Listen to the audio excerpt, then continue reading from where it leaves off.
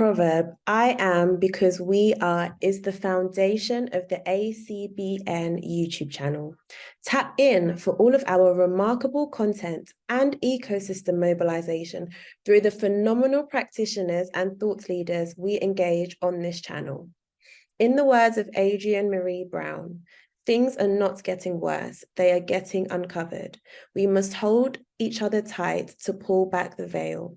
Get ready for another amazing ACBN powered interview. We're going to go ahead and start the session as we normally do by acknowledging the original stewards of the various lands that we are on. We also want to acknowledge our ancestors and all those who toiled without compassion or compensation. We acknowledge all the elders and community stewards whose shoulders we stand on as we build, share, and learn together for our collective liberation and sovereignty. I'm going to go ahead and introduce our guest today, Ms. Liza Arnason. She has a BA and Master's. She's the founder and chair of Ase Community Foundation for Black Canadians with Disabilities. She's also the owner of Arnason Consulting, the founder and chair of the UCalgary Black Alumni Network. She is a University of Toronto alumni from Ontario Institute for Studies in Education. And above all else, she's a mother, a grandmother, and a mentor. She's committed to the principles of nothing without us and for us by us, has always been the cornerstone of her work as an educator, an administrator, and community advocate. Her depth of knowledge and expertise is informed by her lived experiences, her research, her policy initiatives, her passion for equity. And she's been an inspiration for the past 30 years. That's how long her career has spanned. So we really appreciate her excellence in sharing with us today. Liza draws on critical work, including Black feminism, disability justice, critical race theories to inform community-based research, as well as policy change initiatives. She is unapologetically brings her lived experience to those intersectional experiences of race, gender, and disability. That's what she's able to bring to the table. She's able to identify nuances and gaps, the disparities that lie within the systems and structures, and provide research. Through the collective leadership and wisdom across Canada, she continues to design and advocate for new models and systems that will affect real change. So she has an outstanding bio. I really can't do any justice. So I would love for you to go ahead and introduce yourself and tell us about the work that you do. Thank you, Bless. This is quite the introduction, and I very much appreciate it. So where do you go from there? Because I always start with the basics. I am a Black disabled woman. I have been for decades. I did not disclose my disability till I was 47 years old, and hid it very well until I couldn't hide it anymore. And at that time, the accommodation process, when it is intersected with race and gender and anti-Black racism, did not leave space for me to be accommodated. So I'm on a different journey in my life right now. I'm on leave from that employer and on disability, something that took me a year of depression to get through, knowing that loss of that person that I was, that you read, and wondering who is that person now. And I'm here to say that God has your purpose. And I believe in and leading through the spirits of ancestors that have carried me and my families in Jamaica through hundreds of years of torture and celebration, and as well as God and the lifting up that he's done for me in my trials. I'm a grandma. Yes, I am. I'm a mother of 3 daughters, all adult, one's adulting. And I have worked and taken opportunities throughout my life when either somebody didn't want to do it or no one saw an opening to get their foot in the door to do it, or it just landed on my lap and I took risks, leaving full-time permanent jobs as a single mom to do a contract job. We take risks, and we take risks based on our values and our beliefs. So everything that you're going to hear from me today has been woven into who I am as a person by my Jamaican mother. And I live by those values and those beliefs. I'm very grateful for that legacy that I carry. And I use that in the work that I do. And that work that I do was already mentioned. It's along with being on leave from the University of Toronto in my former role of Assistant Dean of Students International Community, I also on leave from teaching at Ontario Tech. But in the meantime, I decided there was a gap and talked to other Black women in that age group of wondering what's next when you can't hide the disability anymore, or Black men that know that it will interfere with their progress in their lives if they tell people. We came up with an idea of starting an organization, and I would say it's between myself and another person named Janelle Anderson.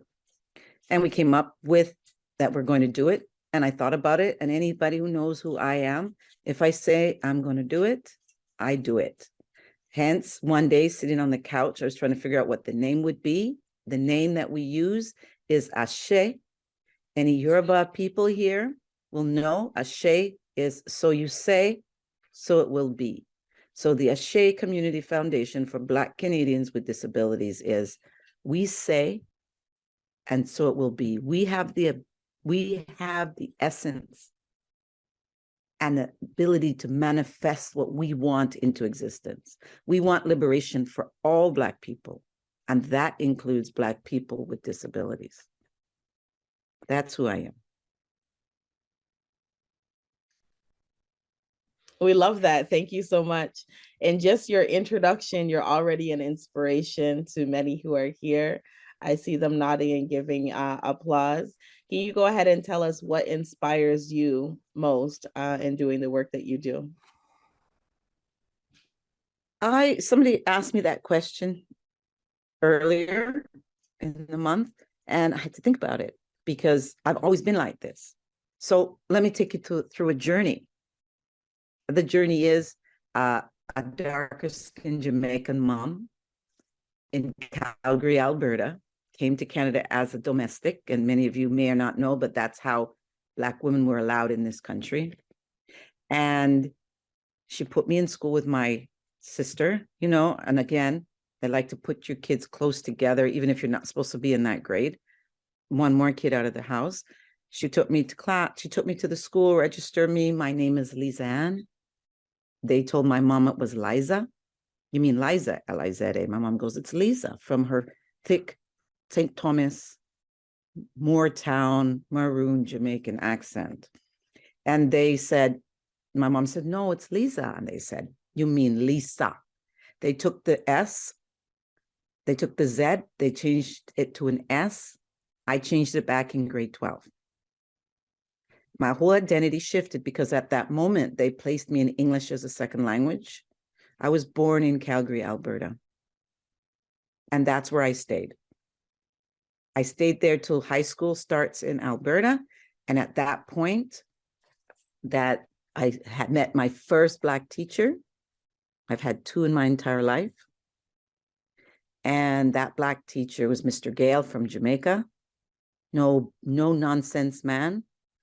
And when they came with their clipboard and called for my name, new school, new people, new everything, my goosebumps go up on my arms every time I tell the story. Shame, embarrassment. And he looks at the man with his stupid clipboard and he says, I'm the English instructor. I'll let you know if she needs help with her English. And he shut the door. The first time somebody stood up for me. After he said, and when you're done after school, you come back and see me. He said, he came back and see me. I went and he said, I want you to read. I read. He goes, I want you to read what you see. Any Jamaicans in here who are responsible for the messing up my language? But I wasn't saying words the way he said they want to hear them. So what did he say? So he said, read the words. I said, it's hospital. No, he said, it's hospital. There's an H. Say it. You can't ask somebody a question. You have to ask them a question. From that point, I knew I was the best student everywhere I went. in English too, but I was so afraid of speaking, so afraid of anything in the languages. I was pure sciences. I went to I went to pre-med at the University of Calgary at 17. And the only reason I went is Alberta had an automatic scholarship for everybody over a certain grade. And it came to my house. I didn't know what it was. I went to the school and I asked, and they said, you can go anywhere you want. Where do you want to go? I didn't even know what university was. So my lesson is, in Alberta, I never felt I belonged. Being light-skinned, Icelandic background as well on my father's side, I never felt I belonged. My siblings, we were not invited to the white kids' parties. There weren't any Black people. Where does that place a person?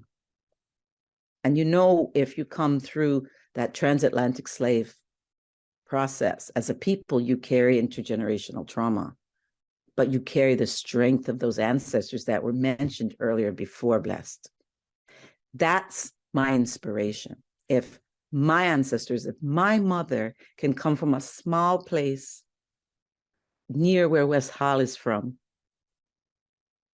and come here to white people's backsides and get spit in her face and call the N-word so we could eat, I can show myself up for the next person.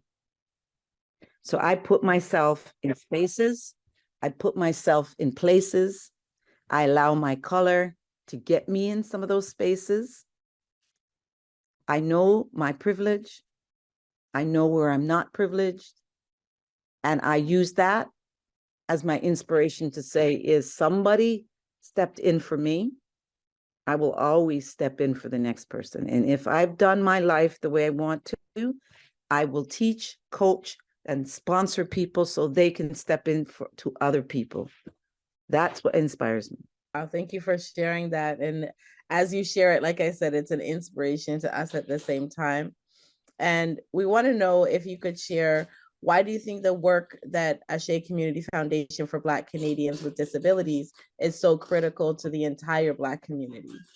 Well, one of the things that we've known over time in the Black community, we don't talk about disability, which means we don't accommodate disability, which means we are still buying into the colonizer's view of what is valued in a body of work.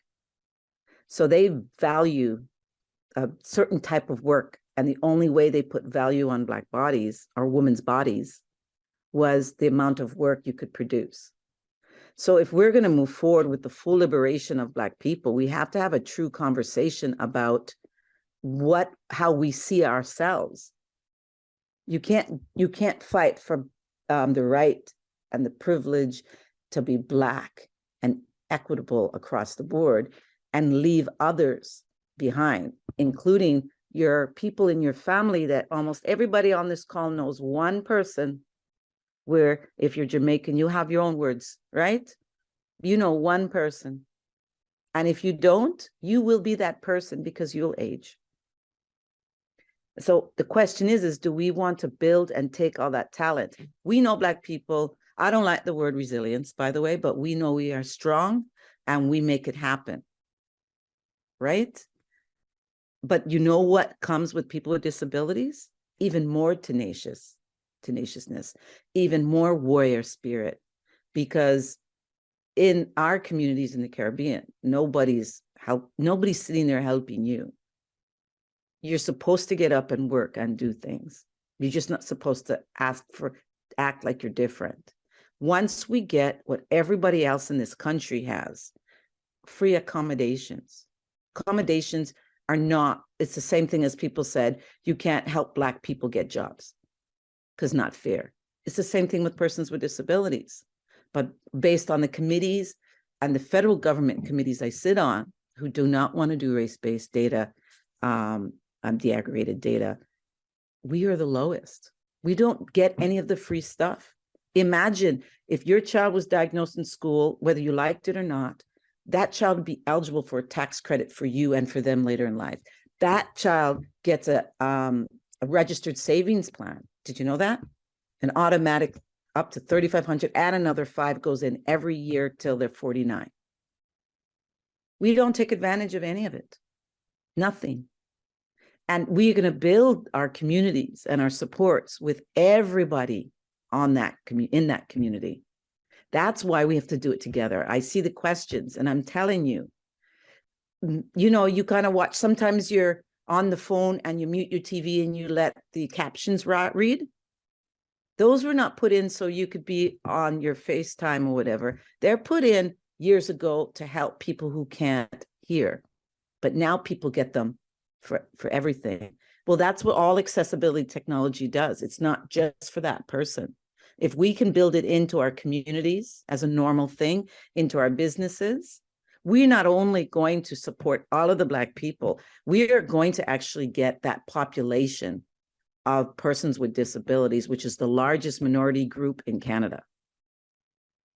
You're going to get that business, that community, those monies, those resources. You get a $4,000 grant every semester if you're a student, for free if you have disabilities. You can get an extra 4 semester. There's so much money. And one of the things about Ase is everything's in my head, or everything's in that other sister's head, or the brother, or their head. And we needed a place that we could talk and put it together. So we ran a town hall, and people cried and said it was the first place they've ever been in a space with other people who could talk about Blackness and having a disability. That's what really framed the work that we do. I really appreciate the space that you've created for that kind of dialogue. Why the name Liberation for Black Canadians with Disabilities? Well, liberation, it's collective liberation of Black peoples in our mission. And so it's not just for persons with disabilities. The unfortunate part about it is we have to still be separate and on the margins, because within the disability movement, I will call out names if you ask me, we are not included in the space and actually deliberately excluded, to the point that even on an international day for the Day of Persons with Disabilities in Ottawa, where Trudeau, the minister, the deputy ministers, senators, other ministers were there, the disability main organizations told me, no, your name's not on the list, you can't come to our coalition. 2, then the person from the government's like, what? I think she should be there and I'm paying. They're like, oh, well, there's not enough room in the space. Then I won't go. They said, no, she has to be on the list. Then it comes back, then another person, they come back, because I'm pressing. And they're saying, oh, it's a fire code violation. So then another strong woman, the CEO from Rick Hansen, who has been good allies with us, has said, you know what? Then I'm not going, she's going. So somebody whispered and took my card and gave me the address and the room number.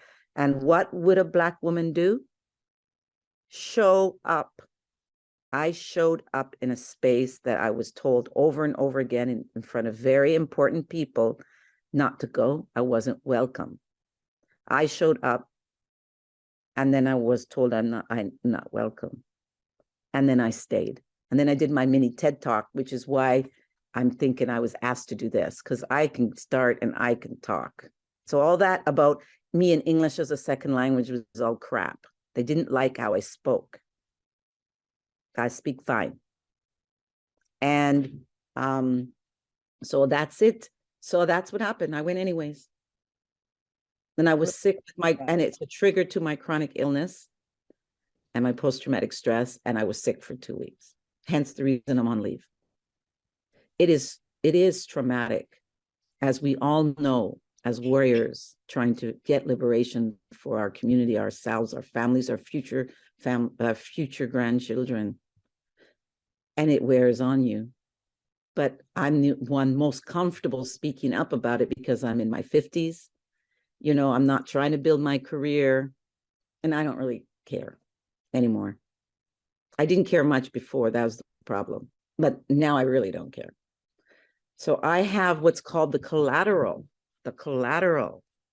to speak up, because who's going to tell me I can't? And that book is coming out as well. Hopefully I finish it in Jamaica next month when I go.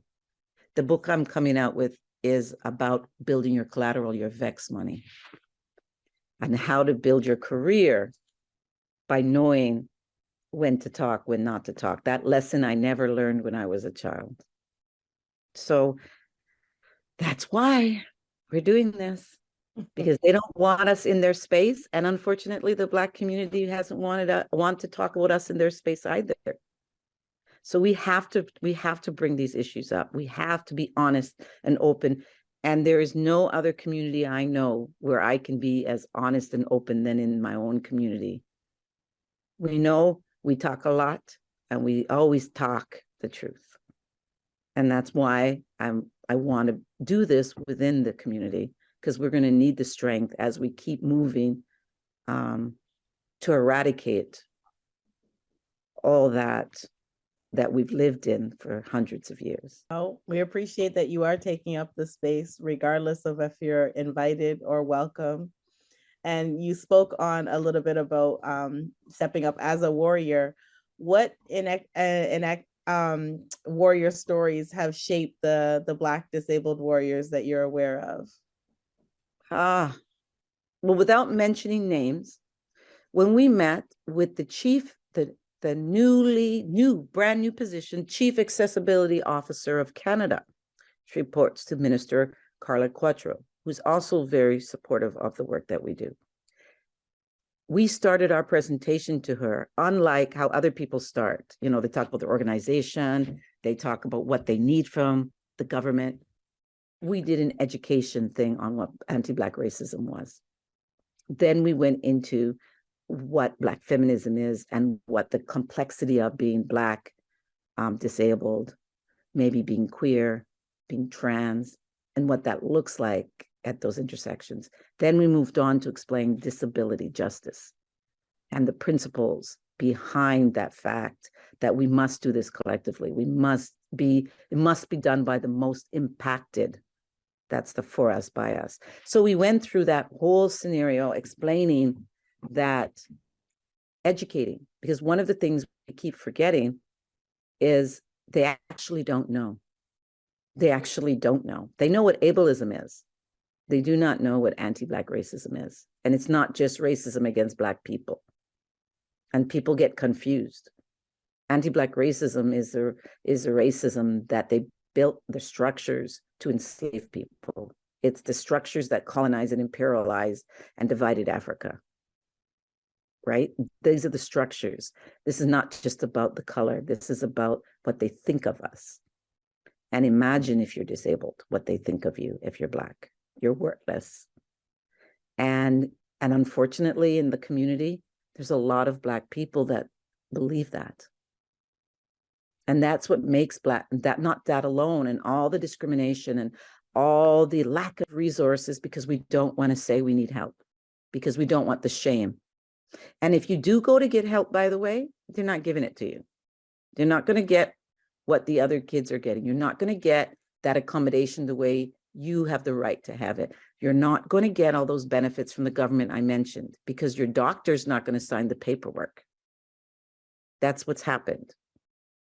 And we don't, 50%, I understand it, one survey was Black women do not have family doctors. Well, if everything is based on a medical report, how are we ever getting proper medical treatment? How are we ever going to get where we're at if we have zero control over any of these systems? And the only way it changes at the age of 53 is if we stop pretending that the surface stuff works and we dig deep into the nuances, the most uncomfortable things that makes a warrior work. Uncomfortable is you're immigrating from another country, your sister gets in, you don't, because you are born with a birth defect. So only way to come into the country is to remove the leg that the birth defect was on. So you come into this country one leg less, so you could immigrate. That's a story we told to the chief accessibility officer. Or the story about always being left out. How about the story of I had a nervous breakdown because they didn't believe me? I'm a sexual violence survivor. They didn't believe me because I don't perform that way. I'm a top performer. How many Black women can say the same? They give you another dump, you take it. They give you more, you take it. And the more you do, the more they give. We're not allowed it in our families to be weak. We're not allowed in the Black community to be weak. We're not allowed definitely in a white society to be weak. Nobody in the world sees Black women as people who should be weak. And we have bought into that. And that on top of not being believed and not getting accommodated and being exhausted and feeling, holy crap, I had a nervous breakdown. And, you know, I don't even know if I even told Victor. I didn't talk to, nobody could find me. Nobody could see me. Because if you have a disability, you are doing double time. Plus, you're in the corners rooting for people, helping people who don't want to tell anybody else that they have a disability. You're hiding a part of who you are. And by the way, if any of you have read Malcolm Gladwell, he writes a story called The Erasure of Our Vulnerability. Absolutely, Juliet. If anybody has ever read Malcolm Gladwell, there's a book called Outliers. Malcolm Gladwell's grandmother was Jamaican and lighter than me and could pass when they moved to Canada. And he writes about that and the change of life because of that choice, or the life in Jamaica because of the color. And really what it is sometimes you see things, we have been told that Black is a deficit. And we tell ourselves in the Black community, we're Black, we're proud. But some of the actions we do when we treat people with disabilities as a deficit, that's the same thing that white people see Black people as. When you are able to overcome, bring other people to where they need to be, survive every day, every year, every month, every decade, then you are absolutely a warrior. And those are the hidden talents and the skills of Black people that nobody seems to understand. Those are the hidden talents of Black people with disabilities. I did a panel for the Conference Board of Canada, major work conference. That was trouble in itself, but they sorted it out once I said I wasn't coming if they didn't fix what I didn't like. Because again, I don't have to. And you know what? One of the questions was asked to me, you know, because they always have these recruitments to bring in people of color. What do you, I'm not quite sure what to do. So we have a great Black candidate, but how do we approach the manager without, you know, telling him that the person's Black? I said, excuse me, why can't you say the person's Black? This is on a major conference. And I'm the panelist. I'm like, what, Black is a deficit? I said, Black people are proud to be Black. It's fine, we're good. You don't think we should be proud to be Black. You don't think that the experiences of Black people are talents. Those are talents. That's the warrior. That's the liberation. And that's what they're afraid of. And I'm telling you, Black people with disabilities, and there's people on this call right now. There's some of you thinking in the back of your head, well, I have diabetes. That's not a disability. Yes, it is. You have rheumatism. I have rheumatism. You have lupus. You know, you have ADHD. You have a learning disability. You have anxiety. These are disabilities the government gives money for. The government gives you a disability tax credit, cuts down all kinds of things in your taxes. Like, we are not the ones getting anything because we also carry that shame. We carry that shame through colonialism. and we have to shed it. We have to liberate it. I'm a bit of a decolonizer. I've been this way since I wrote my thesis over 20 something years ago. I was surprised UofT hired me after they read it. But hey, I read it a long time ago. I wrote it a long time ago before it was a thing. And I continue to live my life that way. We have to liberate everybody who's Black. Everybody. Every trans person that's murdered is your kin. And if we don't do it, we are not being liberated as a community. And that's why the Ase Community Foundation is so important, because we're not running programs. We are researchers, policy writers. We run events, awareness, and education. We do lots of partnerships. I'm happy to come to anybody's organization, or anybody on the team would come and talk, would come and help you audit your stuff. I have a business. If you want to hire me as a business, I give you a different rate, and then I can go get another contract and charge them the right amount or more. And you're going to see that Ase is also looking forward to the social enterprise kind of model, where we're taking our skills and abilities and opening ourselves up to the accessibility community where all the money is. If you had a skill and you know how to work with people with disabilities, how many personal support workers are in our community? How many nurses, doctors? We have a whole community of talent and compassionate people. Why not we get certification and be the accessibility accommodators? Make your $150,000. We shouldn't shy from we shouldn't shy from it, because this is another area of the Black community. There's wealth to be made. If that's wealth. I was on welfare, in case people want to know what my story is. I was a single mom. I lived in social housing. And here I am in Ajax in my own home on long-term disability, doing whatever the hell I want. God, it is. You do what you want. You run with your values. You never leave anybody behind. Ever. And how many times has your mommy told you that, leaving your brother or your sister behind, right? Never leave anybody behind. We learned it, we know it. And then for some reason, as we grow and we live within a colonized system, we forget. Don't leave Black people with disabilities behind. They're not a deficit. Well, we thank you for taking that mantle up and making sure that we don't leave anyone behind. As you said, if we're liberating Black people, it includes Black people with disabilities. So who are the key stakeholders in the Black Canadians with disabilities that we should be aware of? Oh, the number one, it's led by and for Black people with disabilities. So our own mandate is 2/3 of the board has to be Black with disabilities. So our whole board is Black. The majority actually is persons with disabilities. All our staff have disabilities and are Black. We hire summer students, research assistants, and other people that are primarily Black with disabilities, but we do hire other people who have disabilities that are not Black or racialized.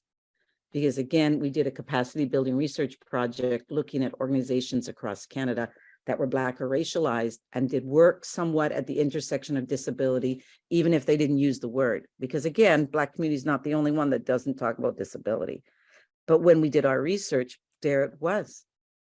All of these warriors doing this work while working their full-time job, raising their families, building his career, whatever's going on in everybody's lives, and they still do it. So, thank you for that. Now, I know before the pandemic, the Black community already experienced a lot of disparities within healthcare treatment. How did COVID-19 expose those inequities for the both people with disabilities and the Black community as a whole? well, it's Black people here right now. So we know that it had the highest disproportionate rate of people who got COVID, long-term COVID, and death in Canada. We're not going to get into the vaccination thing because we'll be split. I'm a person who is immune compromised.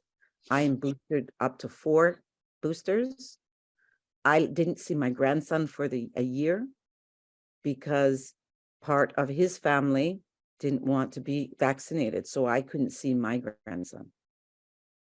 And that is sad to me. Once again, don't leave people behind.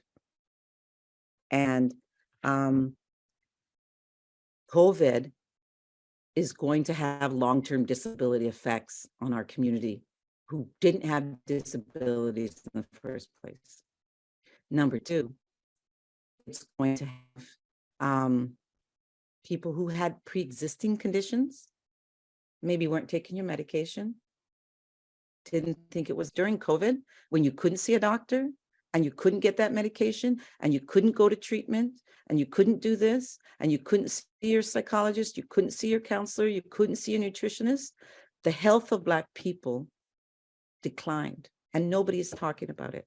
They talk about COVID, they talk about numbers, they talk about mental health. They're not talking that internally not only has our bodies already been beaten down with everything that we've already spoken about, COVID and the absence of treatment, even at a greater rate than how we didn't get treatment or support in the first place. Now, if you have a pre-existing, I had a pre-existing, I couldn't see any counselor. I give myself my needles. I couldn't do my needle in my back.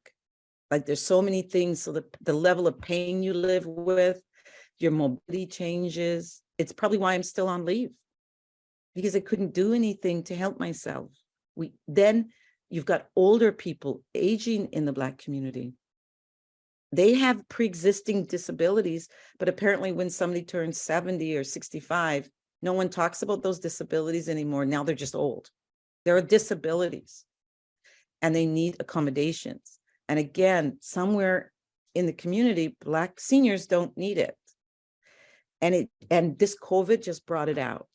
It also brought out something. People said, well, now people with disabilities can work from home. People with mobility disabilities, it worked.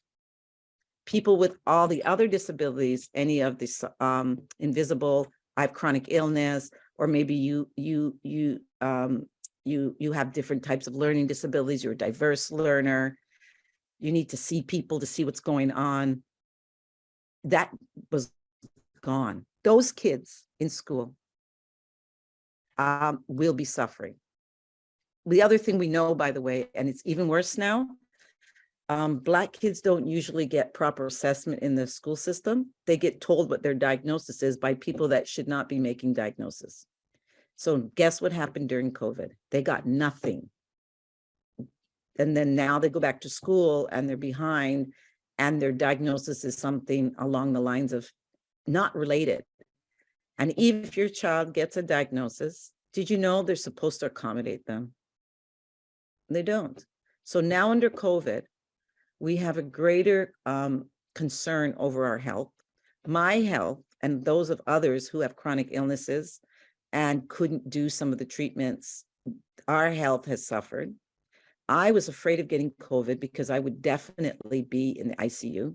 My respiratory specialist called me every 6 weeks and told me all the dead bodies. He's never seen so many people dying in his entire career, and he's a special surgeon on Coxwell. Like it was serious for me enough that I didn't go anywhere. The second year I went out after 2 years. It's sad, it's depressing. And that doesn't go away. Click, I can go out now, I'm not depressed. And so I see all the medical associations. I see all the doctors, and I have to encourage every Black person on here and every person you know, pay attention to them, follow them, join their events, go to a doctor you're comfortable with, please, and tell them the truth about how you feel, what isn't working, what is working. And by the way, one of the things Ase Community will be doing, and was supported through the Supporting Black Initiative Fund, Tropicana, is we have a Black Accessibility Knowledge Hub launching. It was supposed to be in March, but I'm going to Jamaica, so it's marching in April. And it's going to house a culturally relevant service directory. So it'll be free for people to submit. So if you're a psychologist, if you're a nutritionist, if you're a tutor, you can put your resource there. You have to be Black focused, and you have to have an understanding of disability. And then we also have a disability resource. So all those things that I spoke about earlier will be there. And then we're going to have, it's also going to be a knowledge catalog, searchable. So if you're looking for some of the things I've said, or you've heard somebody say something, you're looking for things, you're like, oh, I want to look that up. If it's got anything to do with the intersection of race, gender, and disability, it's going to be housed there. People can submit, people can retrieve. And we're very proud of the work. We hired Ara Abraham, which is partially deaf Black woman with her own business. And she will be hosting the event and walking people through it. And we're very excited. And how do a bunch of people with disabilities pull this off with no money? Because of the amount ingenuity that Black people have. You can give us 10 million and you can give us $10. But if we say we're going to do that, we're going to do it. 10 million makes us not, have nervous breakdowns. Did I answer that question? You most definitely did. Okay.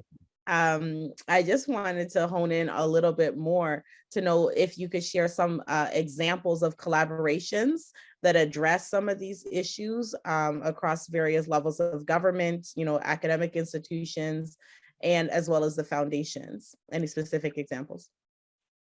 No. Before Ase existed, there wasn't disability and Blackness. We knew it was there. We found organizations in Vancouver and others that are doing work, but there wasn't a national approach to go into the minister's office and say, you have a call for accessibility funding. We've applied 3 years in a row and got nothing. Okay. Then we apply to another grant, and it's a Black grant. And then we're told, no, because it's not about disability. And this is what's happened. This is what happened to us. It was terrible. It was a terrible ride. The organization that supported me, and many of you know of Taibu and Liban. I know him from before, long time, I'm at UofT Scarborough, and I went to him with the idea, and I said, listen, there's a gap. Yes, there's a gap, because nowhere in the health centers do they talk about how do you get accommodated now that you know you have lupus? How do you walk into the doctor's office and say, you walk into your boss, you don't have to tell your boss nothing. You only have to tell them your limitations and what you need. It's got nobody has the right to know your disability. Anyways, so we talked and he suggested I just stay with it. And he became the trustee and our support. On the other side of the foundation is a foundation called the Counseling Foundation of Canada. If you have never heard of the Counseling Foundation of Canada and you like to do work where government doesn't want to pay, and they have different themes this year is Indigenous and youth. It's always about career in the research side. They love funding things that government doesn't fund. They're an awesome organization and rich family in Canada. I called out to one of the family members that I met a long time ago when I was at Ryerson, because I also wrote proposals getting $1 million from them. And they love me because I'm honest and straight. Rich people like honest and straight. And I called him, I said, this is what I want. First, I talked to him when I was having my nervous breakdown. I went to the office where the Laidlaw Foundation is. They're all in the same place. And I bawled in front of this rich man. He was kind, he was caring, and he continued to reach out to me. Then when I finally pulled my stuff together, I went back and said, this is what I'm doing. He walked us through exactly what we need to do. And then Rez, who's now going to be the CEO of the Counseling Foundation, because Bruce Lawson is stepping back, he also has been supporting Ase. We've not received any money from them because we're not a charitable organization. But it doesn't mean you can't reach out to people that have that expertise.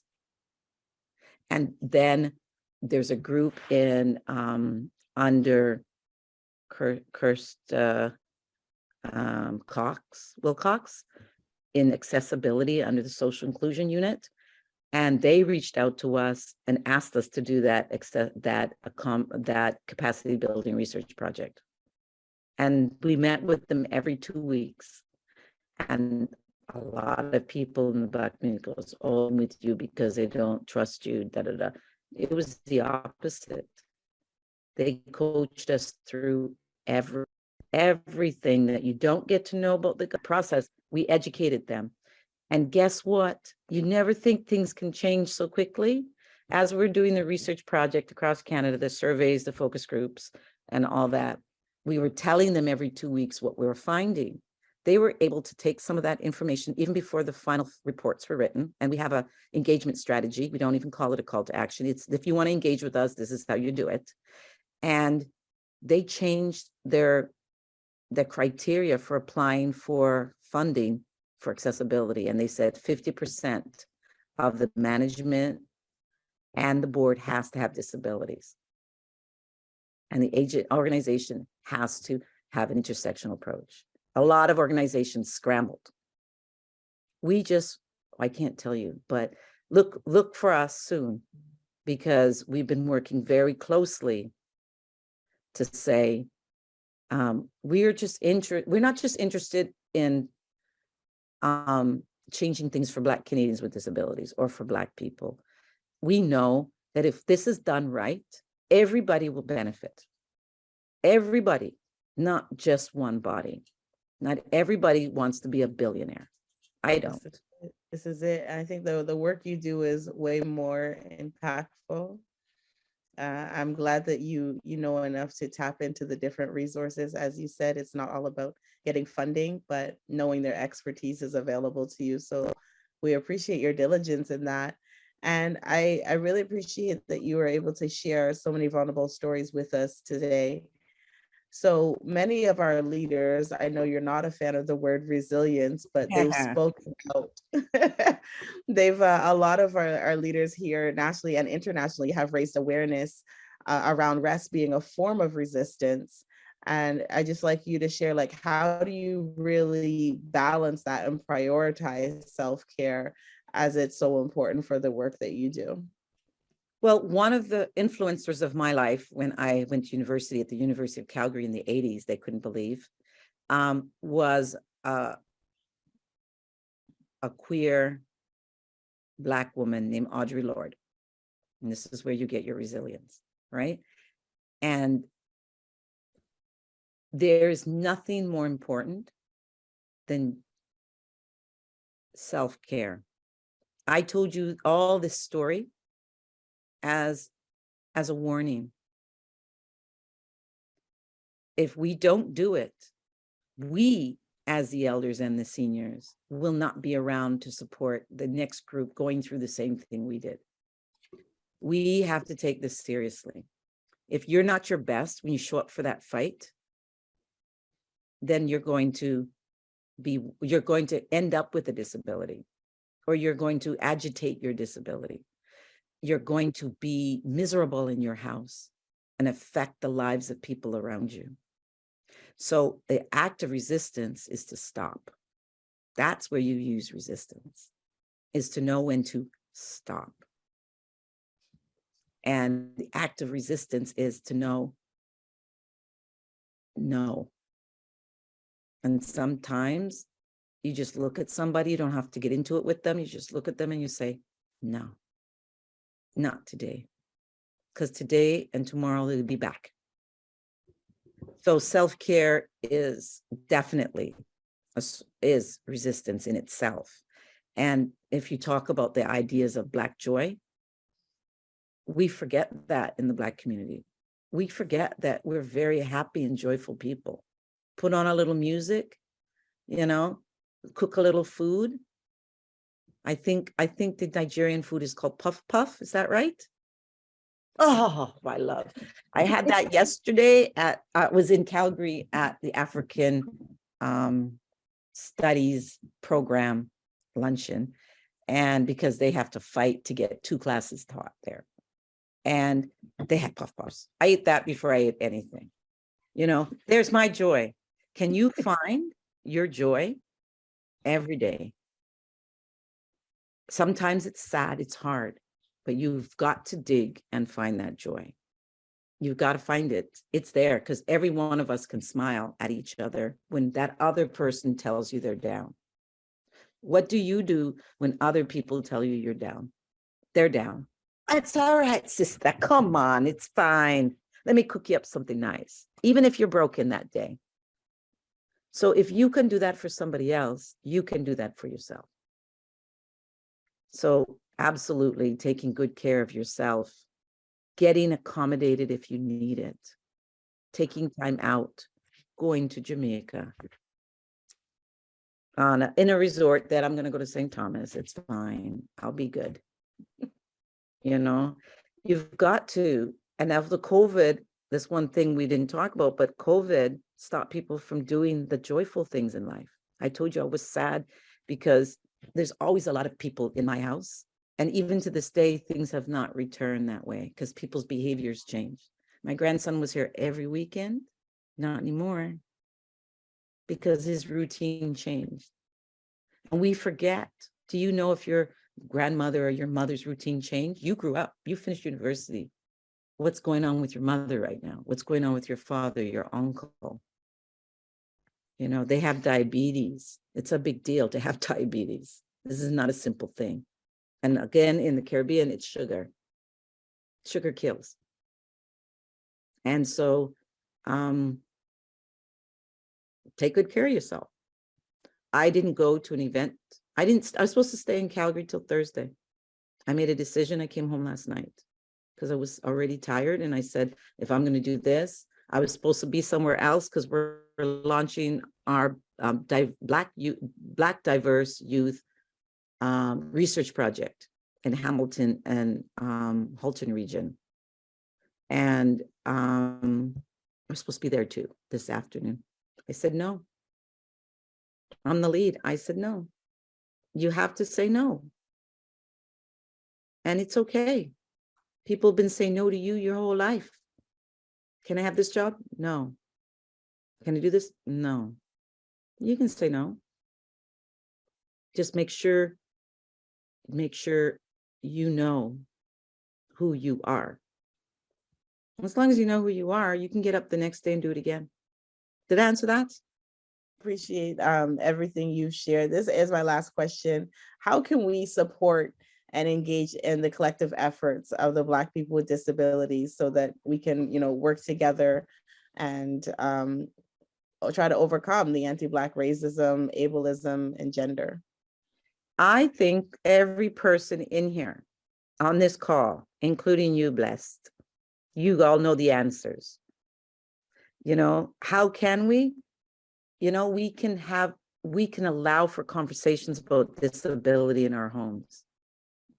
We cannot use the word dunce when we talk about our children, right? Right? My Jamaican friends.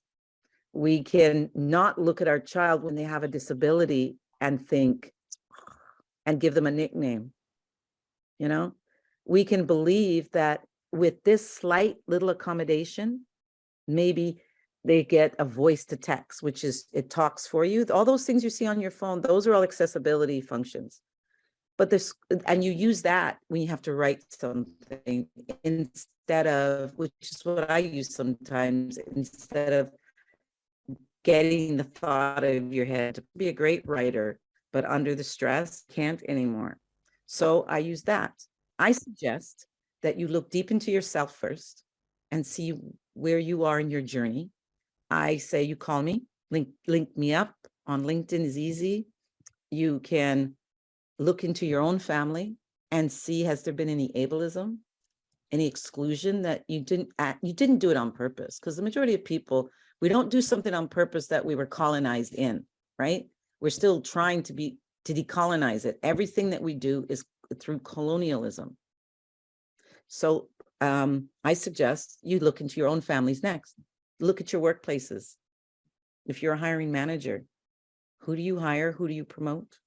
Same questions I ask white people. Who's in the room? And we all know who's not in the room. And that's the reality. So if you've got a child or a sister or something that has a disability and it's a hidden secret or something you don't say proudly, I am asking you to take pride in that person and that relationship, to support that person and those people, because I know every one of you know people in your family. You know, it's not just that you have nerves, you have a clinical issue called anxiety. And those things sometimes take medication or specific types of nutritional changes to manage. We want to be healthy, we want to be strong, because the struggle is not ending today and it's not ending tomorrow.